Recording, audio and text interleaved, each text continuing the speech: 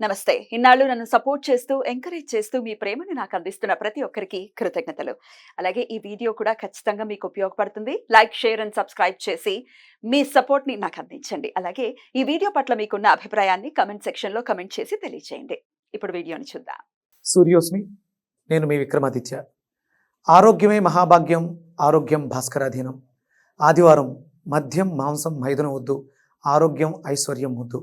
మీరు ఆచరించండి, 10 మందిని ఆచరింపచేయండి. ఆచరించండి, ఆరోగ్యవంతులుగా ఉండండి. ఆచరించండి, ఐశ్వర్యవంతులు కండి. ఆచరించండి, ఆనందంగా జీవించండి. సూర్యోస్మి. నమస్తే, వెల్కమ్ టు అవర్ ఛానల్. నేను పద్మిని. ప్రస్తుతంతో పాటు ప్రముఖ ఆధ్యాత్మికవేత్త, సూర్య ఉపాసకులు, sun spiritual society founder Vikramaditya గారు ఉన్నారు. మాట్లాడదాం సార్. నమస్తే సార్. సూర్యోస్మి తల్లి. Sir, deputy CM Pawan Kalyan గారు ఒక దీక్షని తీసుకున్నారు. వరుసగా ఆయన దీక్షల్లోనే ఉన్నారు. వారాహి దీక్షని చేపట్టారు, మనకు తెలిసిందే. దాని తర్వాత ఇప్పుడు ప్రాయశ్చిత్త దీక్ష అని ఒకటి చేస్తున్నారు. ఎందువలన చేస్తున్నారు? ఏమిటి ప్రాయశ్చిత్త దీక్ష? దేని కొరకు ప్రాయశ్చిత్తం కావాలి అని అనుకుంటున్నారు? లోకహితం కోసమా? ఇప్పటిదాకా జరిగినటువంటి తప్పిదాల నుంచి ఆ ప్రకృతి మనల్ని క్షమించాలి అన్న ఉద్దేశంతో ఒక నాయకుడిగా ఉన్నవాడు ఖచ్చితంగా చేయాలి.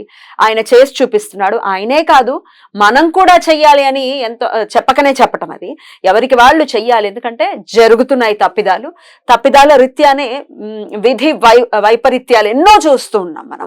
దేవుడు శంఖ చక్ర గదాలు పట్టుకుని కిందకి దిగాల్సిన అవసరం లేదు.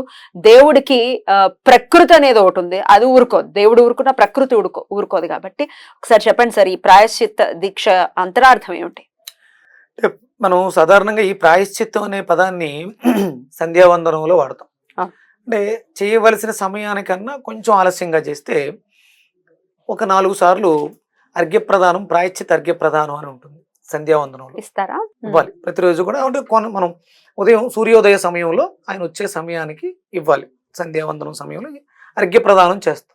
అది కొంచెం దాటిన మనం ముఖ్యంగా లేట్ అయినప్పుడు కాలాతీత కాలాక్రమణ దోష నివారణార్థం ప్రాయశ్చిత్త అర్ఘ్యప్రదానం కరిషి అని అమ్మవారి మనం గాయత్రి మంత్రాన్ని ఈ విధానానికి గాయత్రి వేరుగా ఉంటుంది. ప్రధానంగా ఇచ్చే అర్ఘ్యానికి గాయత్రి వేరుగా ఉంటుంది. ఈ విధానానికి గాయత్రి వేరుగా చెప్పి 4 సార్లు సమయాన్ని బట్టి అర్ఘ్య ప్రదానం ఇవ్వడం ద్వారా అంటే ప్రాయశ్చిత్తంగా చేస్తాం. అంటే ప్రాయశ్చిత్తం అంటే తప్పిదం జరిగింది, అనివార్య కారణాల వల్ల లేటుగా లెగిస్తేనే ప్రాయశ్చిత్తం అర్ఘ్యం 4 సార్లు ఇస్తున్నా ఉన్నప్పుడు ఇంత పెద్ద తప్పిదం జరిగింది. ఇది అంటే ఆయన ఫస్ట్ పౌరుడిగా, ఇప్పుడు ఆయన గవర్నమెంట్లో ఉన్నప్పుడు ఆయన కింద వాళ్ళు చేసినది కాదు, ఇంతకు ముందు జరిగినటువంటి తప్పిదానికి నా వంతుగా నిజంగా అంటే ఆయన ఉన్నతుడు అని చెప్పడానికి ఇది ఒక్కటి సరిపోతుంది. ఏమి నాయకుడండి! సనాతన ధర్మంలో ఉన్నాం మనం. అసలు బొట్టు పెట్టుకోవడానికి సిగ్గు మన పిల్లలకి. అబ్బాయిలకైతే మరీ అది అన్యాయం. గుడికి వెళ్ళాలంటే అదో నామోషి. అలాంటి పెంపకాల్లో ఉన్నటువంటి మనం ఒక నాయకుడు, సనాతన ధర్మంలో ఉన్నానని గర్వంగా చెప్పుకునేది. ఇప్పుడు నాయకుడు అయ్యాడమ్మా. ఆయన సహజంగా ఒక సినిమా హీరో. ఆయన ప్రజలందరి మనసుల్లో కొల్లగొట్టినటువంటి హీరో. సాధారణంగా హీరోలు అందరూ కూడా బొట్టులు పెట్టుకోవటం, అంటే ఈ కండువాలు వేసుకోవటం, ఇవన్నీ నామోషిగా ఉంగరాలు పెట్టుకోవడం, ఇవన్నీ నామోషిగా ఫీల్ అవుతాయి. సహజంగా అంటే వీళ్ళు ఫిల్మ్ ఫీల్డ్ లో ఉన్నారు కాబట్టి, కళాకారులు కాబట్టి ఈ కొంచెం ఇలాంటివి ఏమైనా చేయడానికి అంటే స్టైలిష్, ఆ మోడర్న్ ఇది పోతుందేమో అని ఫీల్ అవుతుంటారు. కానీ చూడండి, అందులోంచి వచ్చి ఏదో చెయ్యాలని తపనతో ఆయన చేసేవన్నీ కూడా కొంచెం ఇలాగే క్రిటికల్ గానే, కాంప్లికేటెడ్ గానే ఉంటాయి. ఊరికి దూరంగా వెళ్ళిపోయి పొలం తీసుకోవటం, గోమాతని పెంచడం, వ్యవసాయం చేయడం. అసలు ఆయన త్రికరణ శుద్ధిగా నమ్ముతున్నారు ధర్మాన్ని. దాన్ని చెయ్యటంలో ఎటువంటి అంటే ఇదేదో గోప్యంగా చెయ్యాలి, 10 మంది ఏమైనా వేసుకుంటారో, లేకపోతే దీనికి రాజకీయాలను అంటగడుతూ అమ్మో ఆ ఓటు బ్యాంక్ మనకు పోతుందేమో, ఈ ఓటు బ్యాంక్ మనకు పోతుంది, ఇట్లాంటి దీన్ని ఏమనాలంటే ఒక నీచమైనటువంటి ప్రవృత్తి లేనటువంటి ఏకైక నాయకుడు power star deputy CM Pawan Kalyan garu అని ఖచ్చితంగా. అంటే ఆయన విజయం సాధించారు. ఎంత విజయం అంటే పూర్తి విజయం. ఇంతవరకు రాజకీయ రంగంలోనే ఎవ్వరూ సాధించలేదు. 21 సీట్లు, 100% స్ట్రైక్ రేట్. 21 అనేది చాలా పవర్ఫుల్ నెంబర్. 3 అనేది గురుడు ఆధిపత్యాన్ని ఇస్తుంది. అంటే అర్ధమండలం దీక్షగా తీసుకుంటే ఆయన అద్భుతమైన అక్కడ విజయం సాధించేశారు. నిజంగా అంటే ఓటమిని చవి చూస్తూ ఆనందిస్తూ ఓటమిలో గెలుపుని ఎత్తుకుంటూ గెలిచినటువంటి వ్యక్తి గర్వంగా మనం రావడంతో వారాహి అమ్మవారి నవరాత్రులు దీక్ష చేయటం, ఇప్పుడు ఇమీడియట్ గా ఇప్పుడు జరిగిన దానికి చాతుర్మాస దీక్షను చేయటం, చాతుర్మాస దీక్షలు ఆల్రెడీ ఉన్నారు, మళ్ళీ ఇప్పుడు ప్రాయశ్చిత్త దీక్షను కూడా చేస్తున్నారు. ఇది వెంకన్న బాబుకు జరిగినటువంటి ఆ అపరాధం ఏమవుతుందో దానికి క్షమార్పణగా ఆయన ప్రాయశ్చిత్త దీక్ష చేస్తున్నారని అనుకోవచ్చా? అంటే వెంకన్న బాబుకి అని ఆయన అనుకుంటున్నారు, ఆయన చెప్తున్నారు. కానీ వెంకన్న బాబుకి ఏం జరగదు, ఎందుకంటే ఆయన భగవంతుడు. ఆయన దాకా ఈ ప్రసాదాలు వీళ్ళు చేసినటువంటి పొరపాటు ప్రసాదాలు వెళ్ళవు. అక్కడ భగవంతుడికి నివేదన చేసేది ఆ పురోహిత దాంట్లోంచే వెళ్తుంది. ఇది ఆయన ప్రసాదంగా నామకరణం చేస్తున్నాం. ఆయన వ్యాప్తుడు కాబట్టి ఆ తిరుపతి అంతా కూడా వ్యాపించి ఉన్న శక్తితో ఆయన దాన్ని కూడా ఆస్వాదిస్తారు. ఇది తిన్నటువంటి మనోభావాలు దెబ్బతిన్నటువంటి కోటాను కోట్ల హిందువుల మనోభావాలలో ఉన్నటువంటి వెంకటేశ్వర తత్వానికి ఆయన క్షమాపణ చెబుతూ అసలు అదే. ఎందుకంటే ఆయననన్నా కూడా ఆయన పట్టించుకోడు. ఆయన భక్తుడు జోలికి వచ్చిన, భక్తుడు భావాల జోలికి వచ్చిన ఊరుకునే పరిస్థితి ఉండదు.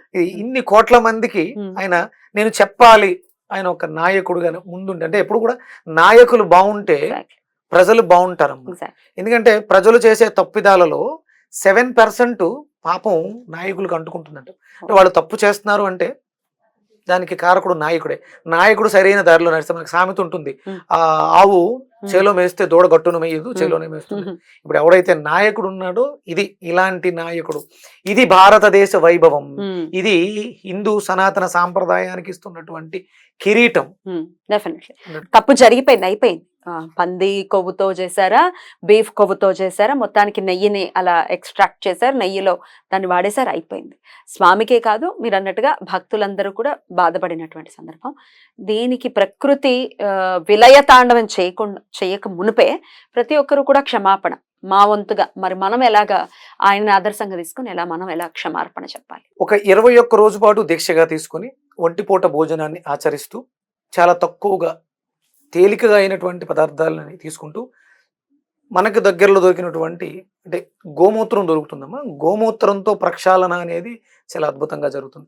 ప్రకృతి అంటే మనం బయట ఉన్న ప్రకృతిని చూస్తాం, ప్రసాదం తినడం వల్ల ఇక్కడ లోపల ప్రకృతి పాడైంది, ఇది చాలా బాధపడుతూ ఉంటుంది. ఎందుకంటే ఆత్మకారకుడైనటువంటి వెంకటేశ్వర స్వామి లోపల జ్యోతి స్వరూపుడుగా ఉన్నాడు కదా, ఆ జ్యోతికి కలంకం అంటుకుంటుంది. కాబట్టి మనకి దగ్గరలో ఉన్నటువంటి గోమయాన్ని నీళ్ళలో కలుపుకుని స్నానం ఆచరించడం 21 రోజు కూడా దీక్షగా, గోమయాన్ని మనం స్నానం ఆచరించడం ద్వారా, గోఘృతాన్ని ఆవునేతిని స్వీకరించడం ద్వారా, అలాగే గోమూత్రాన్ని స్వీకరించడం ద్వారా, అంటే అసలు ఒరిజినల్ గా దొరికితే పంచగవ్య ప్రాసన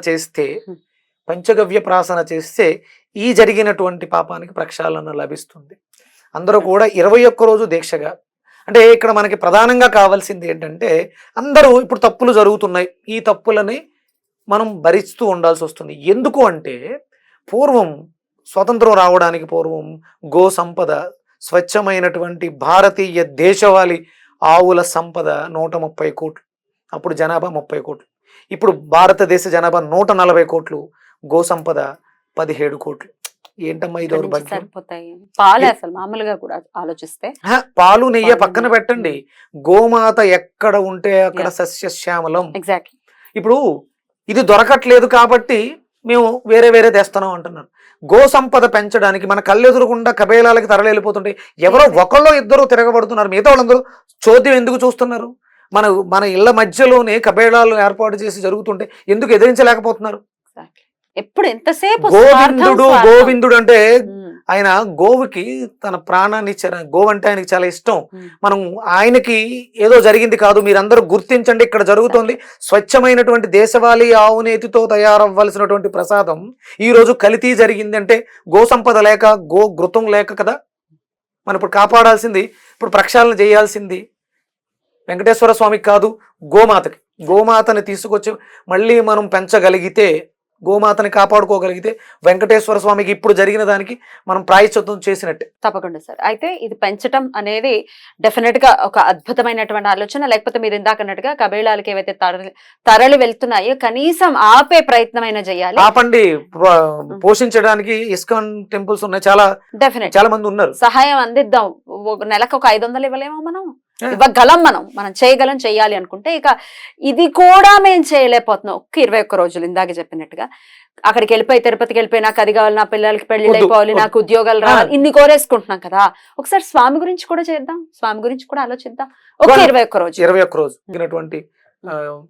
పళ్ళని పలహారాలని స్వీకరిస్తూ, ఒంటిపూట భోజనం చేస్తూ, నామాన్ని గట్టిగా ఉచ్చరిస్తూ, మనసులో తదేకంగా దీక్ష చేస్తే స్వామికి ఆ శక్తి పెరిగి దుర్మార్గుల యొక్క ఆట కట్టి ఇలాంటివి జరగకుండా ఉంటే జరిగిన దానికి ప్రాయశ్చిత్తం చేసుకున్న వాళ్ళు అవుతాం. అద్భుతంగా వివరించారు. కృతజ్ఞతలు సార్. నమస్తే. సూర్యసుందరి.